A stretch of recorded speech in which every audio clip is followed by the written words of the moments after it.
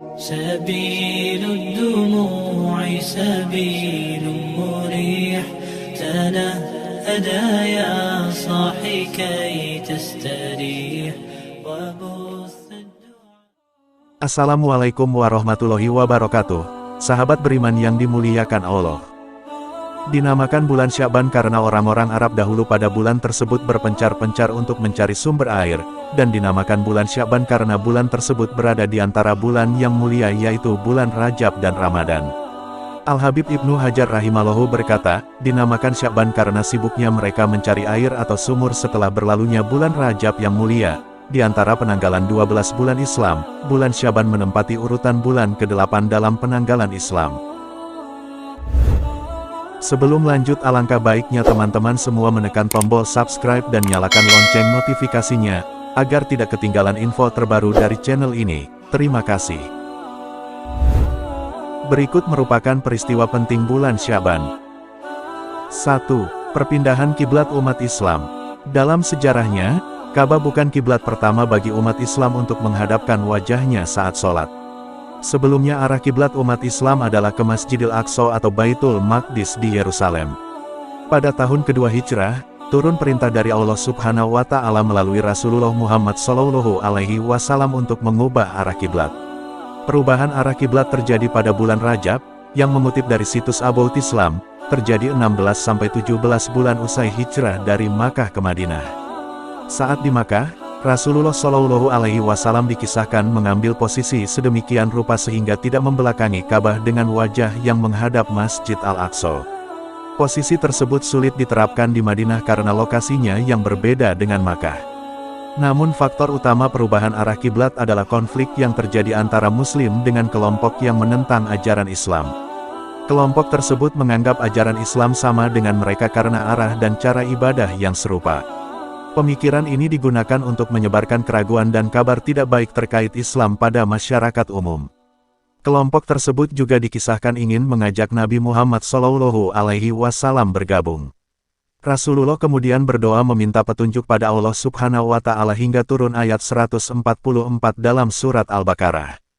Artinya, sungguh kami sering melihat mukamu menengadah ke langit, maka sungguh kami akan memalingkan kamu ke kiblat yang kamu sukai. Palingkanlah mukamu ke arah Masjidil Haram, dan di mana saja kamu berada, palingkanlah mukamu ke arahnya. Dan sesungguhnya orang-orang Yahudi dan Nasrani, yang diberi Alkitab, Taurat dan Injil, memang mengetahui, bahwa berpaling ke Masjidil Haram itu adalah benar dari Tuhannya, dan Allah sekali-kali tidak lengah dari apa yang mereka kerjakan. 2. Turunnya perintah sholawat. Orang yang beriman diperintahkan untuk bersolawat kepada Nabi Muhammad SAW.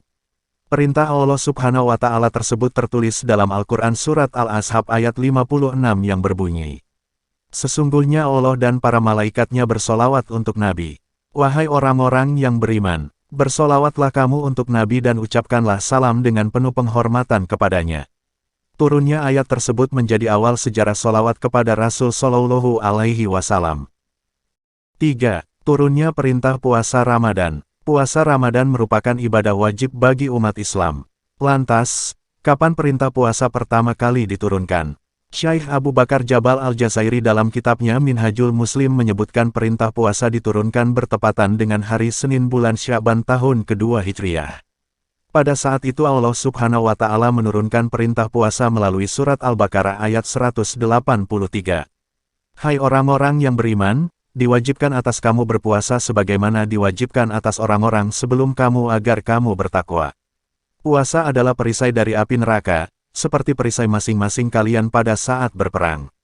Dalam hadis riwayat Al-Bukhari nomor 32 dalam kitab Asy-Syiyam, Rasulullah SAW bersabda, sesungguhnya di surga terdapat pintu yang bernama Ar-Rayyan. Pada hari kiamat orang-orang yang ahli puasa akan masuk melaluinya, dan tidak akan dimasuki oleh orang-orang selain mereka. Pada saat itu, ada yang berseru, manakah para ahli puasa? Seketika itu mereka bangkit dan tidak ada yang memasuki pintu itu kecuali mereka. Ketika mereka telah memasukinya maka pintu ditutup dan tidak ada lagi yang masuk melaluinya. 4. Diangkatnya amal manusia. Bulan Sya'ban semakin istimewa dengan momen pengangkatan amal manusia oleh Allah Subhanahu wa Ta'ala. Usama bin Zaid menyebutkan dalam hadits, "Wahai Rasulullah, aku belum pernah melihat engkau berpuasa dalam 1 bulan sebagaimana engkau berpuasa di bulan Sya'ban." Rasulullah menjawab, "Itu bulan yang terletak di antara bulan Rajab dan Ramadan serta banyak orang lalai padanya. Dialah bulan diangkatnya amal kepada Rabil Alamin, Tuhan pemelihara alam raya. Aku senang amalku diangkat sedangkan aku dalam keadaan berpuasa."